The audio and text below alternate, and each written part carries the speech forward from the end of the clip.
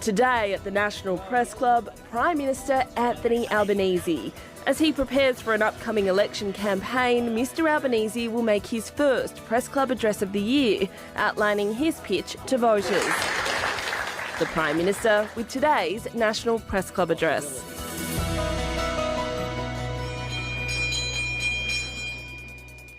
Good afternoon, ladies and gentlemen. Welcome to the National Press Club and the Westpac Address, where we are meeting on Ngunnawal and Ngambri country, Canberra. My name is Laura Tingle. I'm the club's president. Before I introduce the Prime Minister, could I ask your indulgence for us all to stop and remember Ken Randall today? Ken died earlier this month at the venerable age of 88. A journalist in the Canberra Press Gallery for decades, the National Press Club owes an extraordinary debt to Ken for an unmatched commitment to making this institution the vital part of our national debate that it has become.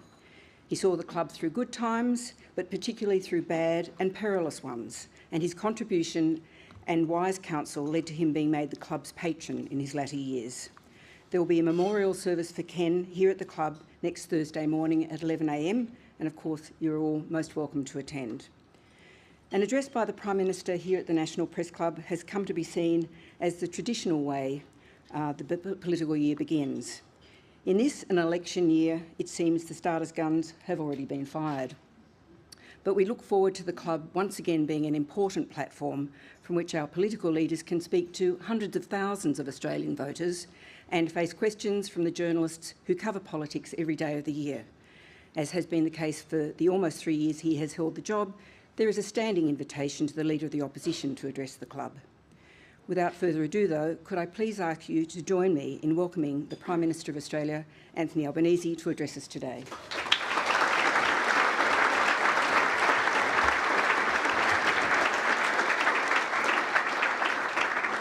Well, thank you very much, Laura, and can I join in paying my respects to the memory of Ken Randall and offer my sincere condolences to his family and his many, many friends, including the role that he played here at the National Press Club was, of course, central for such a long period of time. I begin by acknowledging the traditional owners of the land on which we meet, and I pay my respect to elders past, present and emerging. I acknowledge all my many colleagues who have joined me here today, and I thank them for that. Everywhere we've been this summer, the work of building Australia's future is underway. A $7.2 billion investment to boost productivity and make the Bruce Highway safer, upgrading key roads in Western Sydney and vital ports in Western Australia, connecting communities with economic opportunity, building new homes for Australians in our cities and regions, from Cairns and Karratha to Heidelberg and Hobart, finishing the NBN with fibre, not copper, delivering high-speed access and keeping it in public hands. Now, it's no secret that I'm an infrastructure nerd.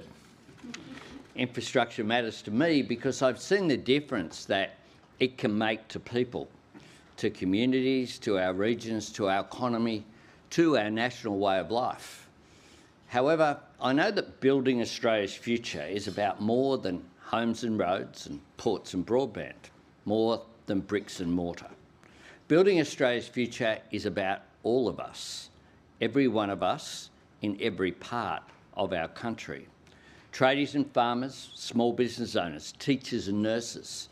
Building Australia's future is about your future because it's your effort and sacrifice and aspiration that powers our economy and nourishes our society. And that effort should bring you fair reward. The hard work you do enhances and shapes our country, and it should add up to a better life for you and your family. That's why building Australia's future means building better Medicare, like the 87 new urgent care clinics that we've opened right around the country.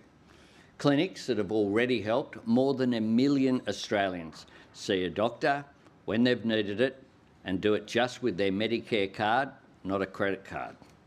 And in order to keep growing our economy and creating prosperity, building Australia's future is about what we sell to our region and the world.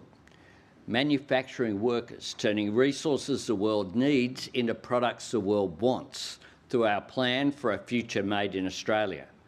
Aluminium workers in Tomago, Gladstone, Portland and Bell Bay, gaining new security because we're connecting them to cleaner and cheaper energy. Farmers and fishers and producers exporting world-class beef and barley and wine and seafood to China again because we have stabilised our relationship. And building Australia's future is about training Australians for that future. Free TAFE has given 600,000 Australians a chance to learn new skills for new jobs. Free TAFE has changed lives, and we want to expand on this success because we recognise the next generation of tradies, the people we're counting on to build the new homes we need, are under significant financial pressure. Right now, a first-year carpentry apprentice earns about 2/3 of the minimum wage. Some apprentices earn even less. That's before you buy things like tools, safety gear, clothing and boots. Many apprentices have said they could earn more stacking shelves at the supermarket, and too many leave training because they simply can't afford to stay. Our government wants to encourage more Australians to learn a trade and stay in construction. That's why we're going to provide more support for tradies while they're training. Today I announced we will be raising the allowance paid to apprentices who are living away from home. The first time this payment has been increased in over 2 decades. And in occupations essential for residential construction, jobs like bricklayers, electricians, plumbers, carpenters, we will be providing eligible apprenticeships up to $10,000 through our new Housing Construction Apprenticeship program. 5 payments of $2,000 each on top of their wages. This means that apprentices in residential construction will now get the same training incentives as we've already provided for those in the energy sector. More new homes, more new energy, and more support for the tradies who will build both. My colleagues and I know that there is more that we have to do to keep building an economy that works for people, not the other way around, to bring more good jobs and stronger Medicare and new housing and better education to suburbs and communities that have been overlooked for too long, to help more Australians make up the ground they've lost over years of global uncertainty and a wasted decade of Liberal neglect. Cleaning up the mess the Liberals and Nats left behind will be more than 3 years' work in ordinary times, let alone during the global storm that we have faced. Like every other advanced economy, Australia has had to deal with global inflation and its consequences. Here in Australia, inflation peaked lower and later than most. The United States, the UK and Canada all endured higher rates of inflation, higher interest rates, rising unemployment and slower job creation. When we came to government, inflation was rising and wages were falling. We've turned both around. Inflation had a 6 in front of it and was rising. Now it has a 2 in front of it. Back in the Reserve Bank target band for the first time since 2021. Inflation is down, wages are up, and 1.1 million new jobs have been created. Under our government, Australia has maintained a faster rate of employment growth than any G7 nation, bar none. Faster than Canada, France, Germany, Italy, Japan, the UK and the United States. And stronger economic growth than any G7 country, bar the United States. This is because, from the outset, we made a conscious choice to get inflation down without treating people as expendable. And it was a choice. Our opponents made it clear they would have made a different one. They said, loudly and often, we should have cut everything, frozen investment, turned our backs on people and turned the whole place off at the wall. But that's not the Australian way, and it's certainly not the Australian Labor way. When Australians are making sacrifices, we refuse to sacrifice their jobs and wages, their Medicare and childcare. And we refuse to give up on shaping the future. Because even when you're navigating rough seas, you have to keep your eyes on the horizon. And while my colleagues and I are encouraged by the progress Australia has made and confident that the worst is behind us, we recognise that things are still hard for people. I can promise every Australian this: we will keep working every day to get your costs down, to get your wages up, and to keep inflation where it should be. Delivering 2 consecutive budget surpluses for the first time in nearly 2 decades has helped put that downward pressure on inflation. These back-to-back budget surpluses are a credit to the hard work of Jim Chalmers and Katie Gallagher.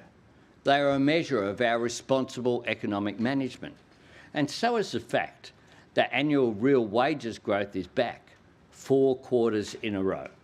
So is the fact that the gender pay gap is at an all-time low. So is the fact that bulk billing is on the way up. Because when it comes to the economy and the budget, a government's responsibility goes beyond making savings and cutting waste. Responsible economic management is about boosting wages and job security, funding the services that families count on. And responsible economic management is about meeting your responsibility to the future. Investing in the energy and industry and infrastructure and trade and technology that will power our growth in the years ahead. And investing in Australians, people's skills and education, housing and healthcare, the next generation of secure, well-paid jobs in every part of our country. In all this, the contrast between us and our opponents is night and day. We're strengthening Medicare, the Liberals want to cut it. We're growing wages, they want to cut them back and keep them low. We're looking after people's jobs, the Liberals say we should sacrifice them. We're building new energy to bring bills down now. Their nuclear fantasy means pressing the pause button for 20 years and then funding the most expensive form of new energy on the planet. We're backing a future made in Australia. The Liberals are happy to send jobs offshore, like they did with the car industry. They dismissed our plan to put nurses back into aged care and lift the pay of those who deliver dignity to our older Australians. And while we are investing in education, they oppose it at every turn.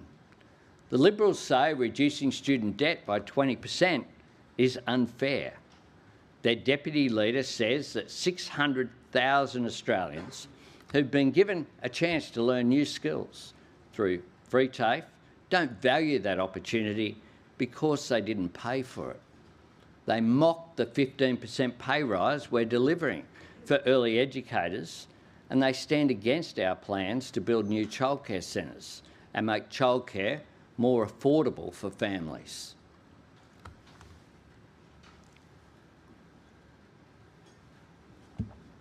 Two weeks ago, the Leader of the Opposition published a list of his 12 priorities for government.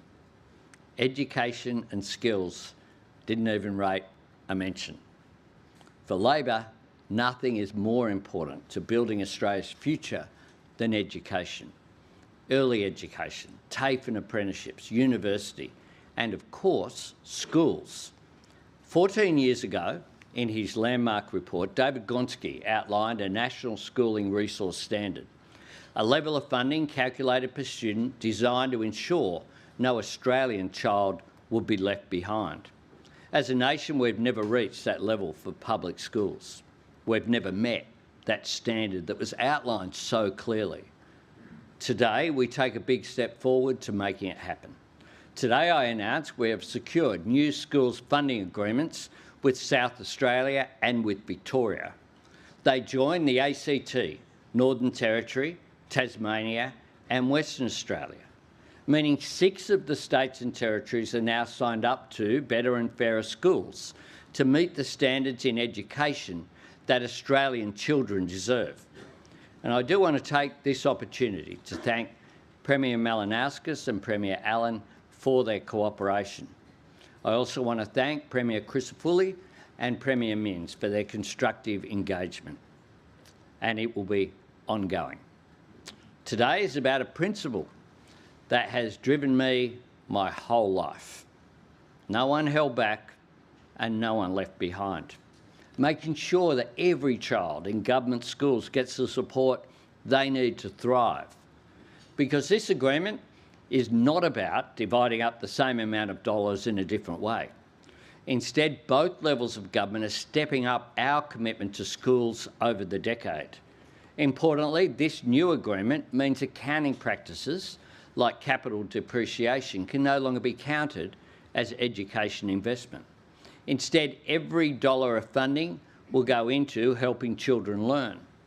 This will mean more money than ever for public schools, but it's not a blank cheque. Our new funding is for real reform and it will deliver real results, because what we are offering every state and territory is new Commonwealth investment in the fundamentals that matter so much to students and matter so much to parents. The methods and resources at work that make the biggest difference. Evidence-based instruction, phonics and numeracy testing in Year 1, identifying students who need that extra help early on, not waiting until they've fallen behind. Classroom assistance and catch-up tutoring for small groups and one-on-one. More opportunities for students who need an extra challenge. More support for every teacher and more individual attention for every child. This is about every parent knowing that their child can get the best start in life at their local school. Education opens up those doors of opportunity and it widens them. It changes lives. A great education is what every parent wants for their child. It's what every Australian student deserves. And it's what our government is determined to deliver. Building Australia's future through every stage of education will be a defining priority of a re-elected Labor government. And it is a defining point of difference between us and our opponents, as is helping with the cost of living. Over the past 3 years, the Liberals and Nationals have opposed every single measure we have delivered to help people under pressure. Peter Dutton sneers at them as sugar hits. The Liberals talk about waste. This is the party that gave billions of dollars in JobKeeper payments to companies that were making record profits. They wasted hundreds of millions of dollars on commuter car parks that weren't even anywhere near a train station. Something to keep in mind next time you hear them talk about getting back on track. The Liberals voted to make medicine more expensive and harder to get. They opposed 2 years of energy bill relief for families and small business. And they promised to fight our tax cuts for every Australian before they even saw them. Now, after all this, the Liberals want every taxpayer to pick up the bill for long business lunches, trips to the movies, golf days and karaoke nights. And they don't even have the decency to tell taxpayers how much this will cost them. All through the past 3 years, the Liberals have openly sought to make Australians worse off here and now. And they have publicly and repeatedly committed to sweeping cuts that will leave Australians worse off in the future. When Peter Dutton talks about economic surgery, he means cutting wages off at the knees and putting Medicare on life support. The Liberals are prescribing a lethal dose of cuts to all the help that we have provided families with their cost of living, and to all the investments we are making in jobs and communities through a future made in Australia. Dutton's economic surgery won't be done with a scalpel, it will be carried out with an axe, hacking away at jobs and wages and Medicare, childcare and housing. And let's be clear, when it comes to paying for their nuclear reactors, all these Liberal cuts won't even touch the sides. All that money they want ripped out of Medicare and childcare and TAFE. All those new jobs and opportunities in manufacturing and technology forsaken. All those homes and childcare places and doctor's appointments taken away every year for 7 nuclear reactors that won't be ready until sometime in the 2040s. A scheme that costs way too much, takes way too long, and will push up power bills while dragging down economic growth. That's based on the Liberals' own numbers. The modelling they commissioned forecasts the Australian economy using 40% less energy in the future. They're banking on the closure of heavy industry and manufacturing. They're counting on mass job losses, just like when they drove the car industry out of Australia. Nuclear power means lower wages in a smaller economy with less energy that costs more. That's the choice Liberals have made. And it means the choice facing Australians is crystal clear. There is Labor, strengthening Medicare, investing in education, building Australia's future. Or there is Peter Dutton, his nuclear reactors and cuts to everything else to pay for them. This is the 10th time I've spoken at the National Press Club as leader of the Australian Labor Party. I focused today on the choice that Australia is facing this year, the challenges we've overcome, the opportunities ahead, as well as the risks. Because I've always seen this as the place where you come to make your case, to explain what your plan means for people and to have it tested by the national media. That's what I did this time last year, when I stood here to announce we were changing the tax plan that we inherited from the Morrison government to make it better and to make it fairer, to deliver a tax cut for all 13.6 million taxpayers, not just some, to make sure that part-time workers, young people, women and low and middle income earners didn't miss out, to help Australians earn more and keep more of what they earn. It wasn't an easy decision. It wasn't universally welcomed by members of the press here, I recall, in the following couple of days. But it was absolutely the right decision, and it was made for the right reasons. Tomorrow marks the one-year anniversary of that announcement and the anniversary of the opposition leader demanding an election to stop our tax cuts going ahead. When you think about that moment, our government acting to help Australians under pressure, making a tough and difficult decision, and the Liberals and Nats trying to stop it at all costs. That sums up so much of the last 3 years, and it speaks volumes for the choice Australians have to make about the next 3 years, because this year's election is not a matter of competing plans striving for the same outcome. It's not two roads that ultimately lead to the same destination. This election is a choice between two fundamentally different approaches and vastly different agendas, two completely different visions for our nation, for our economy, for our people, and our place in the world. It's a choice between Labor's plan to help Australians under pressure and reward their hard work, against the Liberals' promise to cut what is helping and abandon people who are hurting. It's a choice between our determination and optimism or their fear and negativity. It's Labor's belief in the opportunities this decade holds and our plans for Australians to seize them against the Liberals' view that Australia can't compete and we shouldn't try. It's Labor's focus on helping people earn more and keep more of what they earn against the Liberals' plan to make Australians work longer for less. The difference, this contrast, means that when the time comes for Australians to cast their vote, people can know with absolute certainty that there are things that only Labor can offer, things only a Labor government will do, because only Labor has a plan to keep the economy growing in the face of global uncertainty. Only Labor will keep wages up and inflation down. Only Labor will not just defend Medicare but grow it and strengthen it for all. Only Labor will invest in your child's education from the first day at childcare right through to their last day of school and beyond. Only Labor will help you with your apprenticeship, cut your student debt by 20% and lock in free TAFE nationwide. Only Labor will build the new homes we need and build the clean energy to cut our emissions and make things here in Australia. Meanwhile, the Liberals are up front. It's spelled out behind them nearly every time they stand up. They want to take Australia back to aged care in crisis.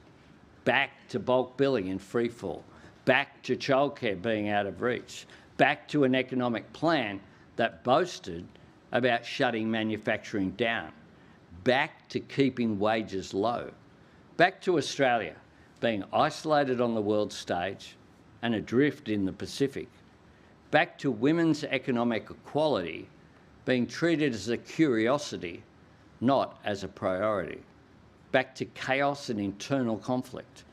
That's why at this year's election, your choice has never been more clear. And the consequences of your choice for your job, your wage, your child's education, your healthcare and your environment have never been more immediate. There's a reason my opponent hasn't fronted up here his whole time as opposition leader. He doesn't like questions because he doesn't have any real answers. He's obsessed with talking Australia down to try and build himself up. But this is not a time for wrecking, for cutting, for thinking small, aiming low and looking back. This is a time for building, for looking after people and looking to the future, for a Labor government investing in the hard work and aspiration of all Australians. Thanks very much.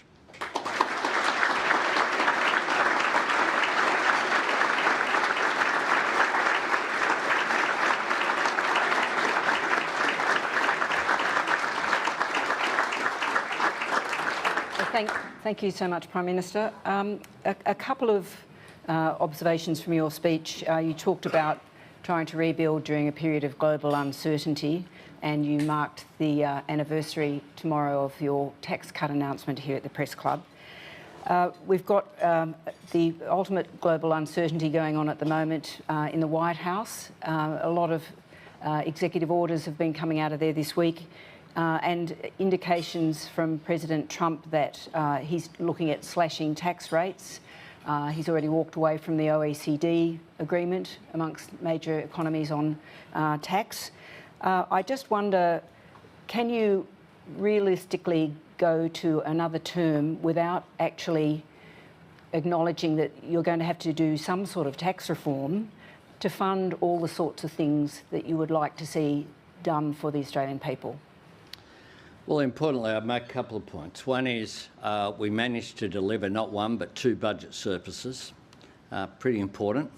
The first time that's happened in 20 years. We did that by making sure that our fiscal policy was responsible, by making difficult decisions.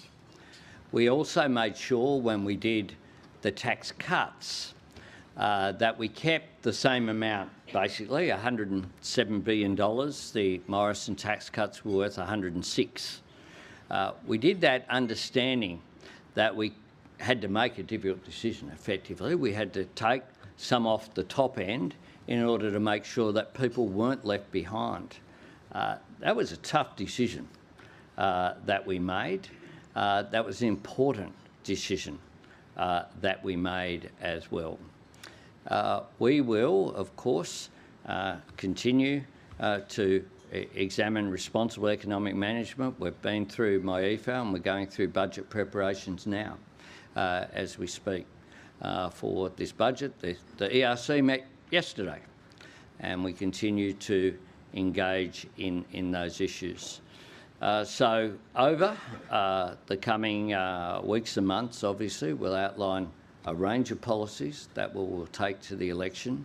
Ours will be costed, as the policies that I announced when I was the opposition leader were costed, whether it was the National Reconstruction Fund or our Cheaper Childcare Plan or our Housing Australia Future Fund, our Rewiring the Nation policy in a day when opposition had costed policies. The only costing that we've seen from the coalition is the sort of flimsy costing that took place on the nuclear plan, and we know that depends on 40% less energy use than was assessed by the Australian Energy Market Operator. Michelle Grattan has a question. Michelle Grattan from The Conversation. Prime Minister, what's the biggest lesson about governing that you've learnt personally during your first term that you would take to a second term? Good question. I think the biggest thing is that things will come at you that you don't expect and you have to deal with them. I don't think when I stood here in 2022 before the election that if someone had stood up and said there'd be a land war still going in Europe in 2025, people would have shaken their head and said that was absurd as a proposition. We thought we'd move beyond that. Now that had, along with the long tail of COVID, an impact on global inflation that was not anticipated at that time more than 3 years ago. So you have to deal with things as they are rather than as you want them to be. You deal with them whilst always keeping your eye on that horizon. Ashley Roper. Ashley Raper, Network 10. Prime Minister, throughout your political career, you've been popular. People have thought you're a genuine, relatable, good bloke. You've been fondly known as DJ Albo. But in the polls as Prime Minister, your popularity has plummeted. Why do you think your likeability hasn't translated or transferred to you as Prime Minister? Well, I'm not a commentator. I'll leave the commentating to others. What I can say is that every single day I've been focused on leading a government that implements the values that I've had my whole life, making sure that people aren't left behind. That's why we've done things like the single parenting payment changes, the 45% increase in rental assistance, the fee-free TAFE to make a difference in people's lives. That's why today's announcement about schools funding is so important as well. I passionately believe that every child deserves the best opportunity to be the best that they can. And I know that proper funding of education, not just about dollars either, but about things like literacy and numeracy and that testing, phonics. At the moment, you wait under NAPLAN until a child is 8 before they're tested. Jason Clare has been very, very strong about the need to test and examine in year 1 so that it's not too late by the time a child gets to the age of 8. They're the things that have driven me my whole life. But I also understand aspiration. My life is one of aspiration. Is part of the Labor agenda as well, that people can make a better life for themselves. And that's why seizing the opportunities of new industries and the changes in the global economy are so important for me. I really think that this decade will determine what Australia looks like and how successful we are up to 2050. We need to get it right now, or else we'll fall behind while the rest of the world moves past us. Thank you. Phil Curry. Thanks, Laura. Hi, Mr Albanese. Just back to sort of Laura's question. Before that, you mentioned the tax cuts, broken promise you made, forced by circumstance. Another promise you gave before the last election was not to change the tax treatment of super. You did announce that measure, which is still trying to get through the Senate on the $3 million plus accounts. But going forward, will there be any more changes to super? And if there are, will we know about them before the election, or are we in for more surprises after the election? It's one of the big differences between us and our opponents. We understand how important superannuation is. Superannuation is about people's retirement incomes. Now, we opposed the change that the former government did during COVID that they allowed. We moved amendments. We didn't allow the perfect to be the good. So we were constructive and said, we won't knock over all of the stimulus if you include this. But the decision to allow people to reach into their super and in many cases reduce their balances to zero will have an impact not just on people's retirement incomes but also on our national economy as well. That was a bad decision, just like everyone used to agree that rating your super for housing was a bad decision as well. So we will support superannuation. I noticed that there's a campaign as well from within the coalition to reduce super back to single digits, away from 12. Now, like the nuclear plan, like a whole range of other things, Peter Dutton has a history of giving in to what the rump on his backbench have to say in terms of those elements. And if they were in government, I would expect changes to superannuation which undermine it. If we're in government, we'll continue to be supporters of superannuation because of what it does for retirement incomes, but what it also presents as a national asset to be able to invest in the national interest. Jane Norman. Hello, Prime Minister. Thank you for addressing the club today. I'm sure you've seen, but in the SMH and The Age today, there's a published poll which suggests that public support for holding Australia Day on the 26th of January has increased in recent years from about 47% support in 2023 to about 61% today. I'm just wondering what you believe might be behind this shift in sentiment that the poll has detected, and whether in any way you think it might be linked to the failure of the Voice referendum. Now, well, this weekend we'll celebrate Australia Day, and that's a wonderful thing. Australians will gather at the beach, barbies, they'll gather around the country and gather at their family backyards. And it's an opportunity every year as well. We have to think and not take for granted what we are as a nation, what we've built here. I firmly believe it's a celebration of why we are the best country on earth. But how do we ensure that we're even better in the future? And there's nowhere better to be on Australia Day than at citizenship ceremonies. I've said I hope Peter Dutton turns up, as I did, as the opposition leader, to the national celebration here in Canberra, in our national capital, this weekend.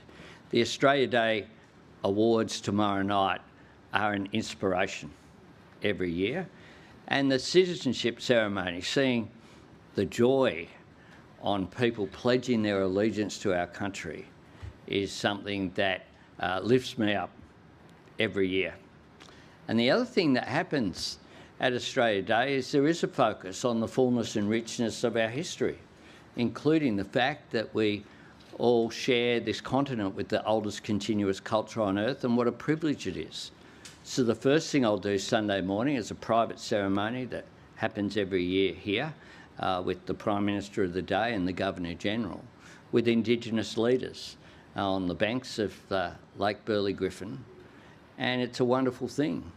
And every year, certainly my local council and the Inner West Council, when it used to be 3 of them, all are very respectful and acknowledging of the full history, acknowledging as well that it's a hurtful day, a difficult day for many First Nations people, but it's one in which we can celebrate what we are today, whether it be our great history going back 65,000 years, or whether it is the arrival of Europeans here, or whether it be the great multicultural nation we've built, particularly since the end of the Second World War. Cameron Redden. Prime Minister, thanks very much. Cameron Redden from Sky News. The Israeli government continues to accuse your government of campaigning against it, even contributing to anti-Semitism in Australia. You may be aware of Israeli media reports of a heated conversation between the Foreign Minister and her counterpart last month. There's also a petition online today with 10,000 signatures asking for you to prevent the Foreign Minister from going to the commemoration event in Auschwitz next week. My question is, what do you say to members of the Australian Jewish community who do not believe that the Foreign Minister is the best person to represent Australia on that trip next week? Foreign Minister Penny Wong is someone who understands racism and discrimination. And anyone who knows Penny Wong and her life story understands that. Penny Wong is going, as is appropriate, as our Foreign Minister, together with our Attorney General, Mark Dreyfus, and the Special Envoy on Anti-Semitism, Gillian Siegel, they will be Australia's representatives. For the 75th anniversary, the President of the Senate was the person who went and represented Australia. That was a choice of the former government. Your message to Jewish Australians, though, who don't believe that she is the best person to go? Penny Wong is our Foreign Minister. She has stood up against anti-Semitism at each and every opportunity and will always continue to do so. She's someone for whom a core belief in the dignity of every human being is just a part of her character, as much as any person I have met in my entire life. Anna Henderson. Thank you. Anna Henderson, SBS World News. Thank you for your address. Bob Hawke introduced Medicare, and with Paul Keating, he floated the dollar. Julia Gillard began the NBN and introduced the NDIS, and Gonski, Kevin Rudd helped Australia avoid recession in the global financial crisis. So what is the big legacy of this term of government for you? What is the headline achievement that the true believers will be looking back on with pride in 20 years? Keeping us out of recession, 1.1 million jobs, getting inflation from a 6 to a 2, making sure that people's living standards are looked after, that they're not left behind, completing the NBN, finishing Gonski.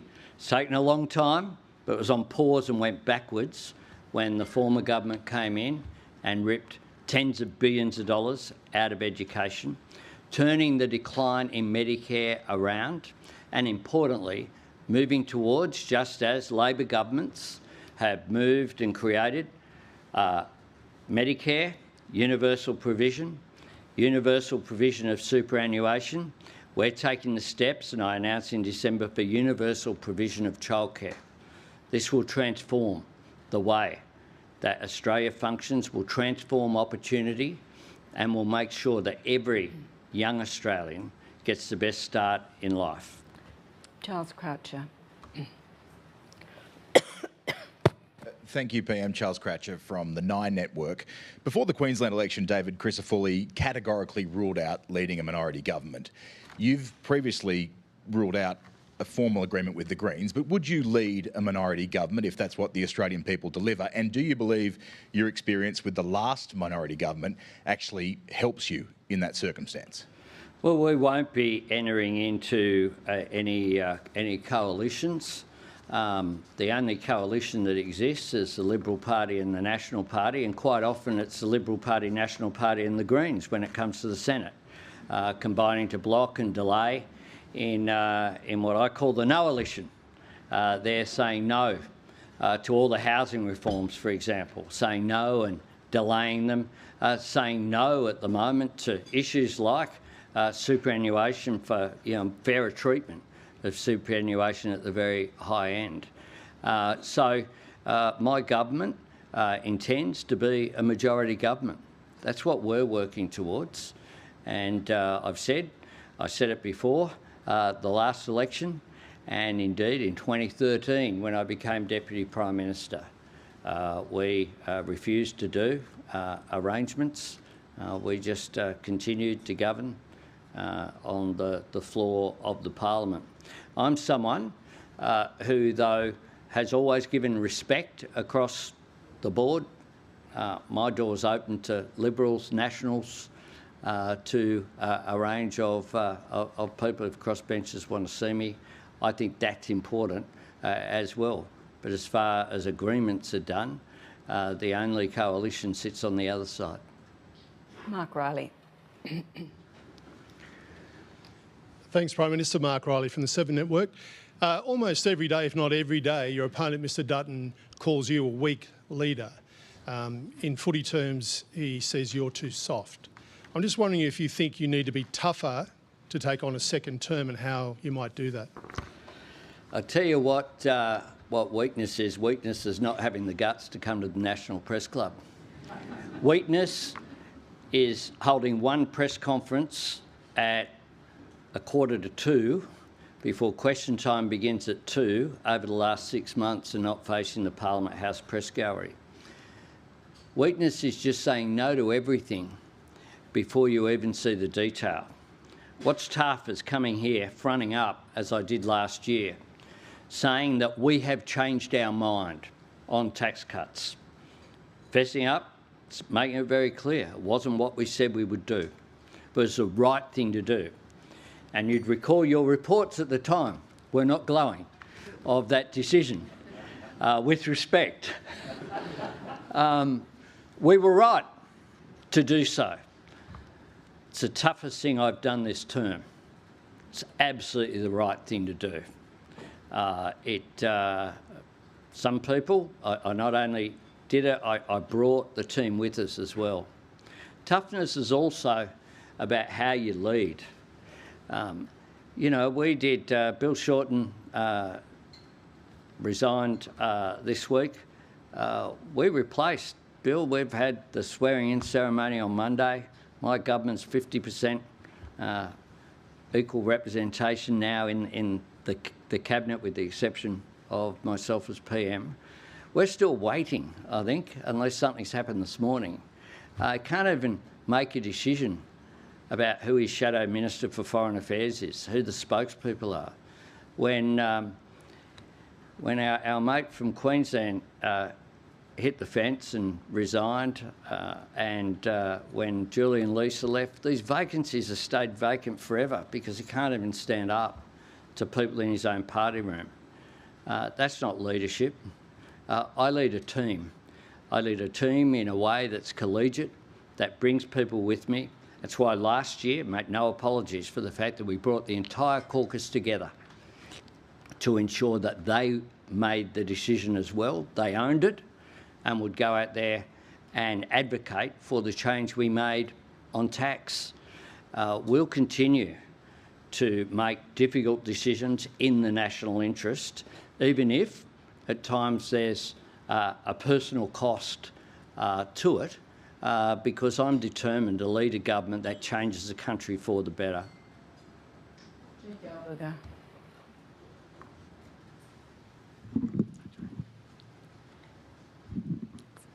Jade Galeberger from News Corp. Prime Minister, thank you for your speech. Just back on Australia Day, in today's papers you have said Australia Day is an opportunity to celebrate everything we have built together, yet companies are scrapping all references to our National Day. Do you support calls to boycott pubs and businesses that don't support Australia Day, and should venues impose public holiday surcharges? Look, we're, you know, I sometimes think Peter Dutton every year has a fight with an imaginary friend over something that most Australians are just getting on with Australia Day. And one of the things that Australia Day celebrates is the fact that we're not a Soviet-style command system. You know, like, just chill out. Get on with life. You know, the debates over which company has thongs in it. Last year it was, you know, Woolworths, boycotting Woolworths, Australia's largest employer. Did I support that? No, I didn't support that. I support Australia Day. I'll be celebrating Australia Day. I'll be participating at the national events here.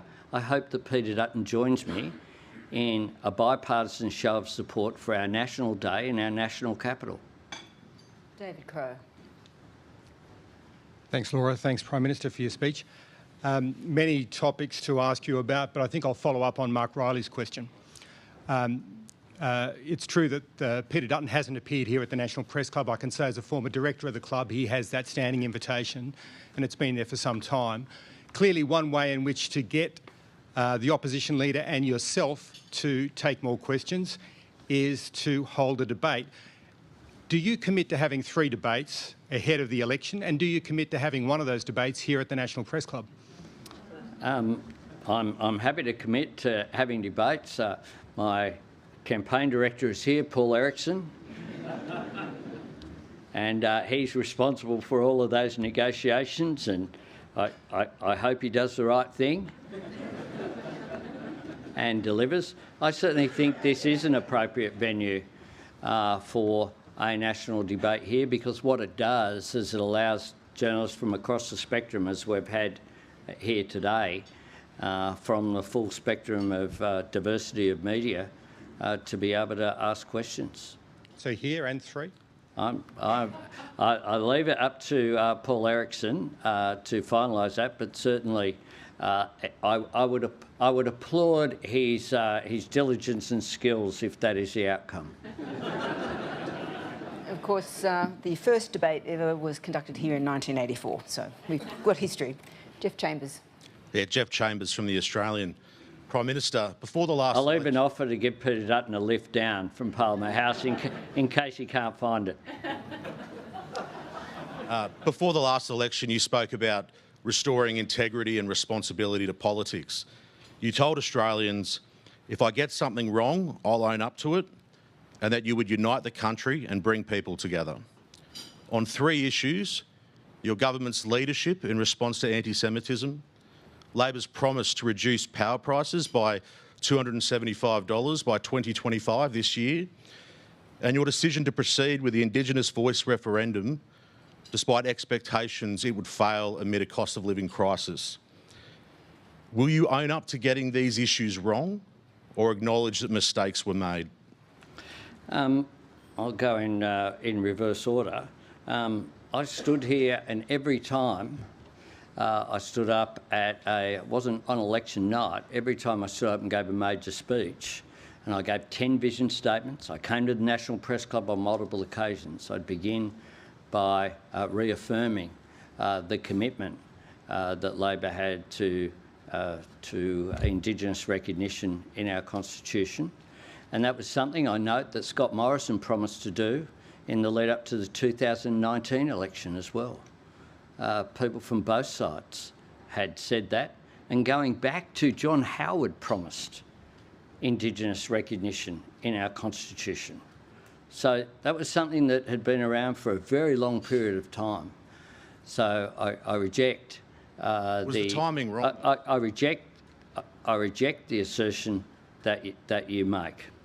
And indeed, The Australian, your publication, had a proud history of campaigning and publishing people like Noel Pearson over a long period of time, advocating for Indigenous recognition in our Constitution, in our nation's birth certificate. On the issue of energy, we, like the rest of the world, got hit with a global energy crisis that led to, in some countries, far higher increases. You had double-digit inflation in countries like the UK, in parts of Europe, driven by the impact on energy prices that are linked globally as well. And so we were affected by that. On anti-Semitism, we have on October the 8th, October 8 at 9 a.m, I was on the Insiders program. I condemned the action unequivocally. I said then that Israel had a right to defend itself. The day after, I opposed the Opera House demonstrations taking place and called for them to not occur. We've established a range of legislation, including strengthening legislation about hate symbols and Nazi symbols, outlawed for the first time ever. The coalition, I've been around a while, and I know who was trying to get rid of 18C because I was campaigning with Peter Wertheim and members of the Jewish community against Peter Dutton and others who were trying to get rid of and weaken our hate laws in this country. That was what was going on over the period of the former government, and it was defeated. I've established the first envoy on anti-Semitism. We've increased funding, not once but twice, for security issues and agreed to every request which has been made. And indeed, there are substantial arrests taking place, and we've supported the police and national security agencies through Operation Adelaide and the state police investigations that have been established to undertake arrests which are out there. The other thing that we have done, at each and every opportunity is to look for social cohesion, not to look for difference, not to look for division, and not to look to make partisan points, but to act in a way that's responsible, that lowers the temperature of debate, just as the Director General of ASIO, Mike Burgess, has so clearly pointed out is in our national interest. Thank you. Kat Wong. Thank you for your address, Mr Prime Minister. Labor has been historically the major party of choice for the vulnerable, working class people, LGBTQ communities, people of colour, people with disabilities. But a lot of these groups have become increasingly disillusioned following the census debacle, cuts to immigration, attempts to rein in or measures to rein in the NDIS. Many think that you have forgotten them for those who appear to be more towards the political centre. Are you taking your voter base for granted? Not at all. We're acting in a way that is certainly in the national interest and to make sure people aren't left behind. I tell you what will undermine the NDIS is it being unsustainable, is people ripping off the system, not people with disabilities, unscrupulous people taking advantage of the circumstances to essentially gain income through the system by manipulating it. We have, importantly, when you think about this, the NDIS, our objective has been to work with the states on reducing growth in the NDIS, reducing growth, not cutting it, reducing growth to 8% annual. That's hardly an objective which undermines the system. We want a system that has integrity, that has sustainability, because unless it has that, it will be undermined in the future. So that's just one example of the work that we have done. But in addition to that, I can assure you that in our Treasurer and Finance Minister, to give credit where credit's due, when we've sat around in difficult budgets and aiming to deliver a surplus, every time issues like rental assistance or provision of support for people who are vulnerable, every time that has been absolutely at the forefront of what Jim and Katie always advocate. And in particular, you know, I'm so proud of what we did to take Ann Summers' report on single parenting payments. That's something that, you know, was very dear to me. That was something that was a mistake made by a former Labor government. We fixed it. Josh Butler. Prime Minister, thanks for your speech. Josh Butler from The Guardian. A moment ago you spoke about the Indigenous voice referendum. Obviously it was unsuccessful, but the question of constitutional recognition for Indigenous Australians still remains unresolved. You spoke about the Liberal leaders who have backed this idea. Peter Dutton obviously at one point spoke about symbolic recognition through the campaign. We know your point of view on this. My question to you is what now? There obviously, maybe Australians don't have an appetite for another referendum anytime soon, but would you, your future government or another government set up some sort of process like the Referendum Council to chart a course for what is next on this thorny issue? Well, we respect the outcome of the referendum. Wasn't what we sought, but we respect the decision of the Australian people. Peter Dutton has said, you will note, you know, there's always these statements and then they're never spoken about again, but he committed to a referendum in the next term. That's his commitment that he made during the referendum. And I'm sure there's some people who thought, oh, well, I can vote no because I'll get another crack at a different option during the next term if Peter Dutton is the Prime Minister.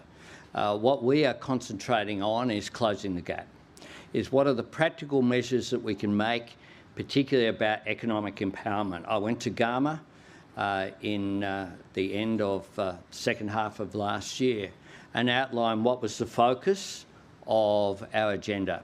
So if you look at practical measures we're taking, including our housing, record funding for remote housing, we understand that's a major issue. The health funding that we're doing through dialysis and other measures as well in Central Australia, our $250 million Central Australia plan that goes to a range of issues of providing that community support. Our schools agreement with the Northern Territory is so important to lift up opportunity there. We're engaging across all the portfolios with Malarndirri McCarthy obviously as the lead, but that's our focus. Was very much outlined in my Garma speech of a way forward, and we'll continue to engage, including with Pat Turner and others as well. But no move on recognition in a second term? Well, we're not planning to do we will not be holding a referendum in our second term on any issues. I think that, as much as referendums are hard to win in this country, and we've seen, I think that all it takes is opposition. And, people speak about, I'm amazed, I thank members of the media for not asking me the date of the election. Australians have voted twice, not once, twice, against 4-year terms. Like a pretty simple proposition. Why do you want more elections every 3 years rather than 4? Every state and territory government's done it. The world hasn't ended. It's actually more stable. It's sensible. But guess what? If people have an opportunity as an opposition to just say no, then they do. So I'm focused on practical outcomes and making a difference. That'll be my focus next term. Thank you. Dana Daniel. Dana Daniel from the Canberra Times. Thank you for your speech, Prime Minister. You've made some big announcements in Western Australia, New South Wales and Queensland. Like a lot of safe seats, voters here in Canberra can feel a bit neglected. We've got probably the most outdated stadium in the country, no convention centre worthy of a national capital, and a real sense of being either punished by the coalition or taken for granted by Labor. Do you have any plans to chip in for the new stadium, convention centre, the Canberra Theatre Precinct, the Commonwealth Park pool or the Sydney to Canberra rail line?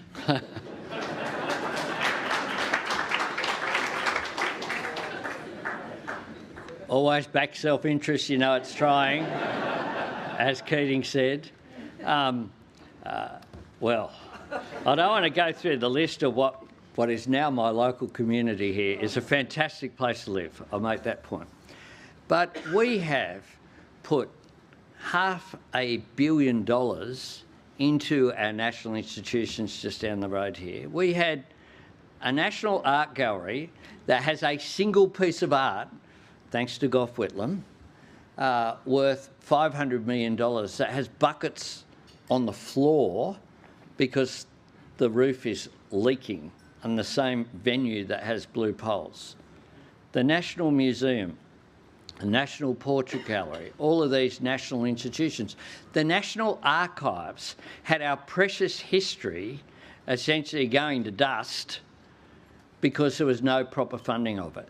The Australian Institute of Sport, where every Australian wants to go and cheer when our Olympians or Commonwealth Games competitors are competing in the green and gold, was massively underfunded, was falling apart because money hadn't been put in.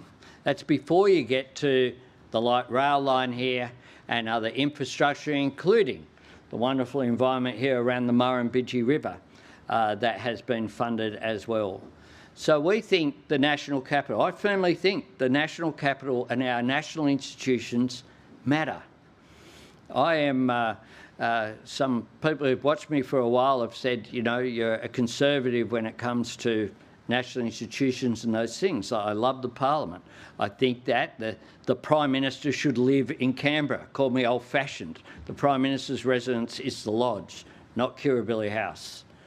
And hence, I think since I've been Prime Minister, urged on by Andrew here and Alicia and Dave, but most importantly, because I'm more scared of her than the other three, is Katie Gallagher. And it's pretty handy having a finance minister from Canberra. I'll just make that point. Prime Minister, we're starting to run out of time. Are you happy to take a few more questions? Sure. Thank you. So I think we've got one from James Riley. Thanks, Prime Minister. I'm James Riley from Innovation Oz. I wanted to ask you about artificial intelligence and productivity, an area where the US is making some big bets. One of the first announcements by President Trump was about the private sector investing $500 billion US to build AI data centres across the US. Overnight, he signed an order for an AI action plan to secure energy and infrastructure to maintain that AI dominance in the US. So my question is, what do you think that means for Australia in terms of competing on AI and building our own capability? What is the Australian government doing to support digital infrastructure like data centres and ensuring that we have the energy to power them? Well, thank you for the question. Ed Husick is leading our work when it comes to artificial intelligence and making sure that we can take advantage of the opportunities that will arise from it, whilst understanding some of the risks that are there as well from artificial intelligence.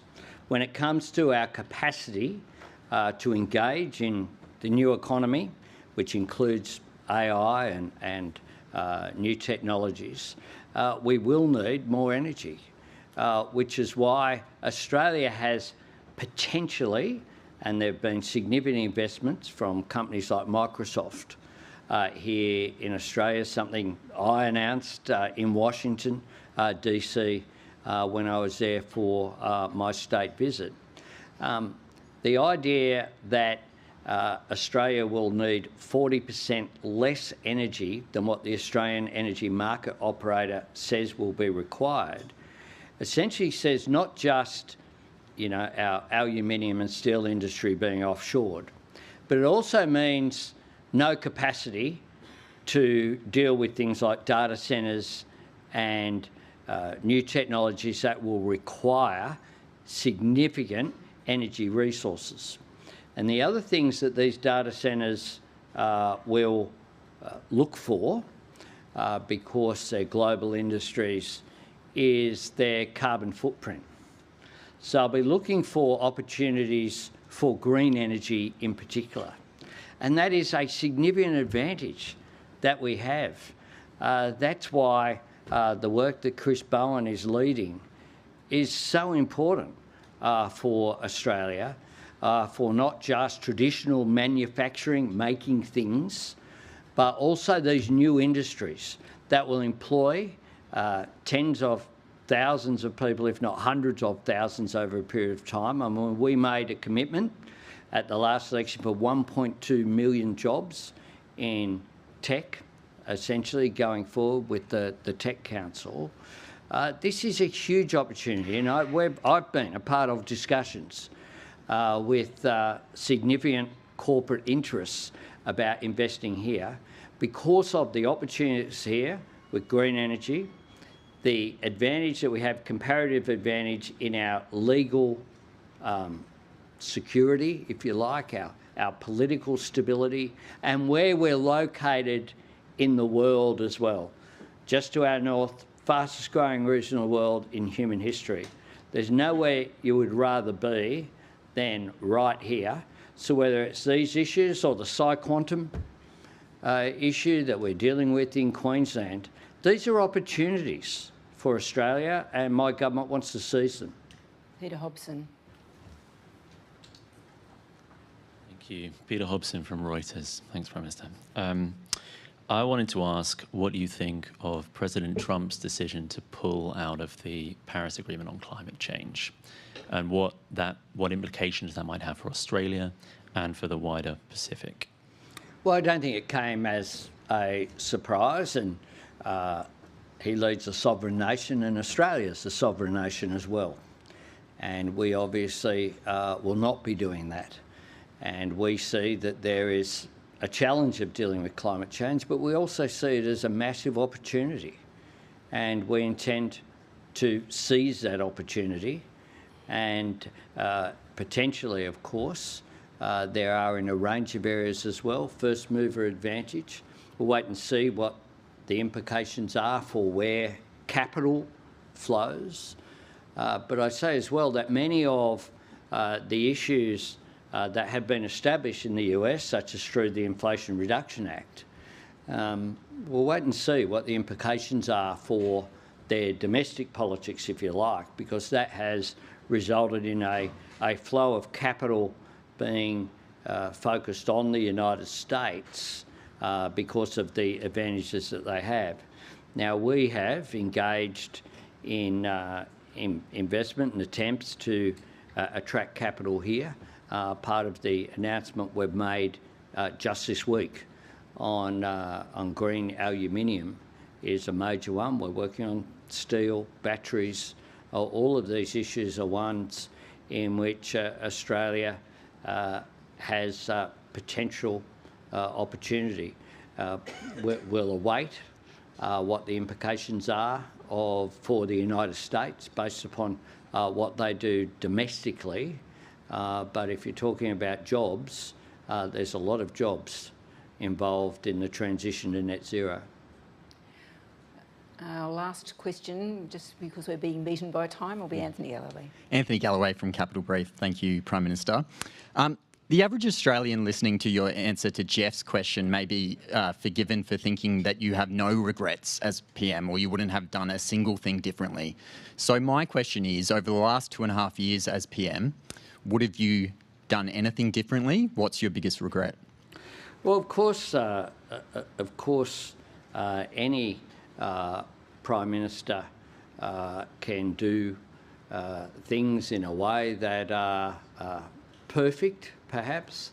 And, you know, I have a view that if you look at the media every morning, I don't feel the need to give myself a character assessment on a daily basis, because I receive it in some ways very predictably every day. And I look at the headlines and, you know, you go through that. But what we do each and every day is do our best. Do our best. No government's perfect. We do our best, but we're focused. And one of the things I will say is this. There is no day in which we say, OK, what's our personal interest here rather than the national interest? Every single day we focus on the national interest and dealing with things that come at us. Global inflation came at us. That's just a fact. But would I, in 2022, when I was standing here, at that time, inflation in the March 2022 quarter was 2.1%. Today, inflation has a 2 in front of it. Unemployment is at 4. We have real wages increasing 4 quarters in a row. We have avoided, unlike so many of our competitors in the industrialised world, we have avoided recession and haven't had a single quarter of negative growth.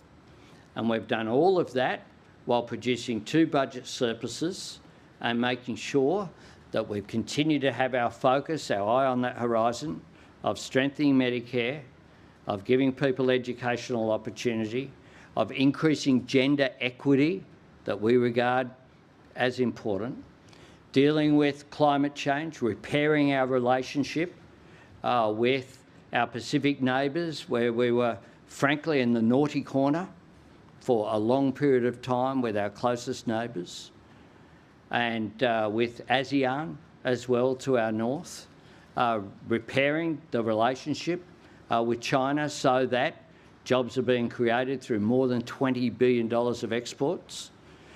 I'm happy to stand in support of the record that we have, but also to say that that's not enough.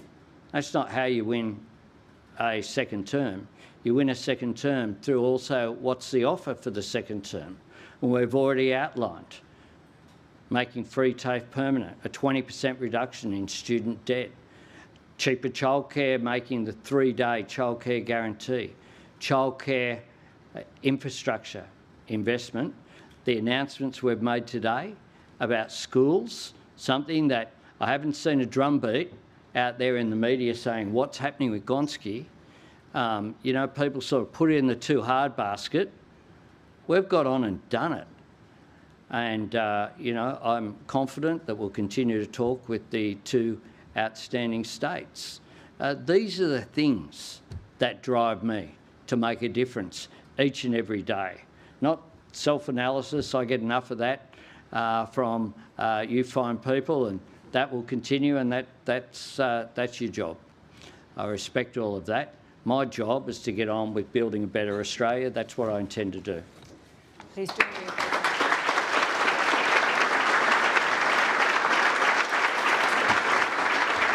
Now, this year's card.